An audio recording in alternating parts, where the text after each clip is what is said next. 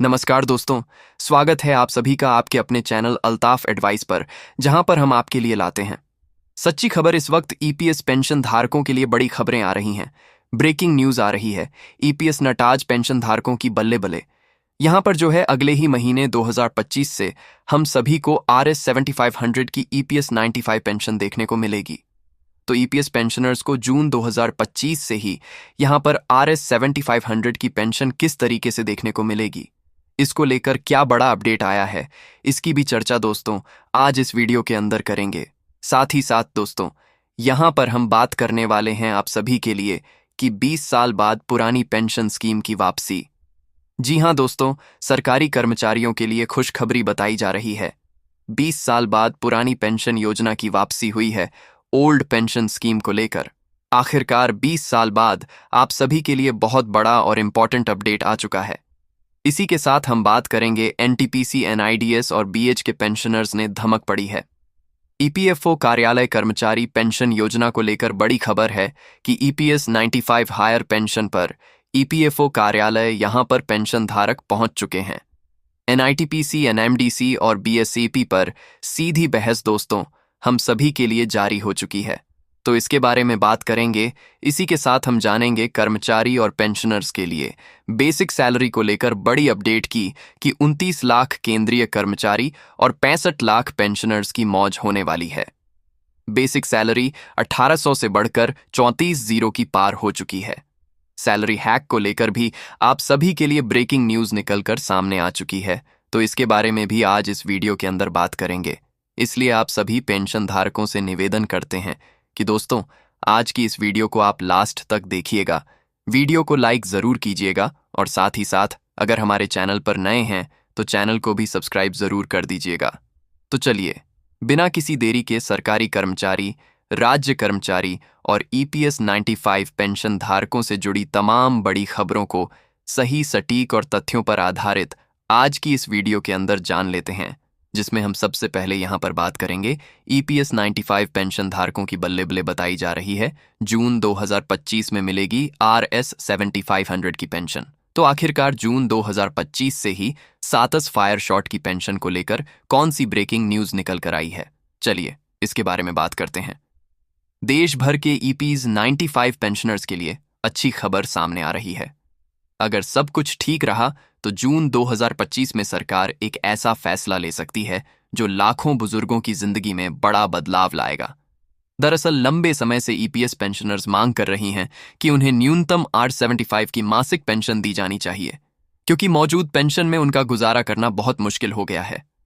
अब इस मुद्दे पर सरकार गंभीरता से विचार कर रही है और संभावना है कि जल्द ही कोई ठोस ऐलान हो सकता है। ईपीएस 95 यानी कि एम्प्लॉय पेंशन स्कीम 19 C95 एक ऐसी स्कीम है जिसका ईपीएफओ यहां पर जो है उसके द्वारा चलाया जाता है। इस योजना का मकसद था कि निजी क्षेत्र में काम करने वाले कर्मचारियों को रिटायरमेंट के बाद एक निश्चित पेंशन दी जाए ताकि बुजुर्ग की जिंदगी आराम से कट सके। लेकिन मौजूद समय में बहुत सारे पेंशनर्स को सिर्फ 1000 से 3000 के बीच की पेंशन मिल रही है। आप खुद सोचिए कि आज के दौर में इतने पैसों से भला किसका गुजारा कैसे हो सकता है। और महंगाई दिन ब दिन बढ़ती जा रही है। दवाई, इलाज, राशन, बिजली का बिल सब कुछ महंगा होता जा रहा है। ऐसे में अगर किसी बुजुर्ग की सिर्फ 1500 से 8000, 2000 की पेंशन मिल रही है तो वह कैसे आत्मनिर्भर बन पाएगा। यही वजह है कि लाखों पेंशनर्स पिछले सालों से ही सरकार से मांग कर रहे हैं कि उनकी न्यूनतम पेंशन को RS 75 शॉर्ट किया जाए ताकि वे सम्मान के साथ जिंदगी जो है वह काट सकें। अब मीडिया रिपोर्ट्स की मान में तो जून 2025 में सरकार ईपीएस 95 पेंशन में कुछ बड़े बदलाव कर सकती है। इन बदलाव में सबसे अहम है न्यूनतम पेंशन को आरसा पर फी फाइंड करना। इसके अलावा यह भी चर्चा है कि ईपीएस प्याम चांदई पेंशनर्स को स्वास्थ्य बीमा योजना से जोड़ा जाए, जिससे उन्हें इलाज में मदद मिल सके। पारिवारिक पेंशन भी थोड़ा बढ़ाया जा सकता है। पेंशन की पूरी प्रक्रिया को डिजिटल बनाया जा सकता है ताकि पैसे सीधे पेंशनर्स के खाते में जाएं और कोई भी प्रकार की गड़बड़ी नहीं हो। अगर यह बदलाव लागू होते हैं तो 23 के करीब 75 लाख ईपीएस पेंशनर्स को सीधा फायदा मिलेगा। जैसा कि गाजियाबाद के राम प्रसाद जी और उनके सिर्फ RS 1500 की पेंशन पाती हैं। इस पैसे से वे ठीक से दवा भी नहीं ले पाती हैं। पटना की सावित्री देवी कहती हैं कि अगर पेंशन 8-7 पाई सर हो जाए तो अपने बच्चों का निर्भर नहीं रहती, यानी कि फैसला बुजुर्गों के आत्मसम्मान और आत्मनिर्भरता को भी वापस ला सकता है। अब इसमें आगे की राय को लेकर बात करें तो अब यह मुद्दा संसद तक पहुंच चुका है। कई सांसदों ने लोकसभा और राज्यसभा में ईपीएस पेंशनर्स की आवाज उठाई। अब सब कुछ ठीक ठाक रहा तो जून 2025 से इस पर अंतिम मोहर लग सकती है और पेंशनर्स को इनका हक मिल सकता है। कुछ जरूरी सुझाव की बात करूं तो दोस्तों, ईपीएस 95 पेंशनर्स में अपने सारे दस्तावेज सही कर लेने चाहिए, बैंक खाता आधार से लिंक कर लेना चाहिए, अपने नज़दीकी पेंशनर्स एसोसिएशन से जुड़े रहें ताकि समय समय पर आपको अपडेट जो है वह मिलता रहे। ईपीएस 95 पेंशनर्स के लिए RS 7500 की पेंशन सिर्फ पैसा नहीं है बल्कि एक नई उम्मीद है। अगर सरकार इस फैसले को लागू करती है तो लाखों बुजुर्गों को राहत मिलेगी, वे आत्मनिर्भर बन पाएंगे। सरकार को चाहिए कि वह इस दिशा में जल्दी से जल्दी कदम बढ़ाएं ताकि इन बुजुर्गों को सम्मान की जिंदगी जो है वह यहां से मिल सके। तो यह बड़ी खबर दोस्तों आप सभी के लिए हाल फिलहाल में निकलकर सामने आ चुकी है। इस बीच दोस्तों अगली बड़ी खबर की बात करें तो ईपीएस 95 पेंशन योजना को लेकर बड़ी खबर है। ईपीएस 95 हायर पेंशन पर कर्मचारी भविष्य निर्देश संगठन कार्यालय रायपुर पहुंची। पेंशन होगी एनआईटीपीसी, एनएमआईडीसी और बीएसएफ पर। सीधी दोस्तों आप सभी के लिए बीएसएफई पर सीधी बहस दोस्तों सामने आई है। यहां पर दोस्तों आप सभी के लिए चलिए इस ईपीएस 95 हायर पेंशन योजना को लेकर आई बड़ी खबर की बात करते हैं। तो कर्मचारी पेंशन योजना 145 के तहत न्यूनतम और हायर पेंशन का मामला उलझा हुआ है। छत्तीसगढ़ के पेंशन भोगियों के मामले में पेंच हाल फिलहाल में फंसा हुआ है। शैल के भिलाई स्टील प्लांट और एनआईएमडीसीएच के कर्मचारी अधिकारी सीधे तौर पर प्रभावित इससे हो रही है। नवनियुक्त क्षेत्रीय भविष्य निधि आयुक्त जयदेव ईगल और गौरव डोगरा की उपस्थिति में विभिन्न संगठनों ने प्रतिनिधियों के साथ बुधवार को बैठक हुई।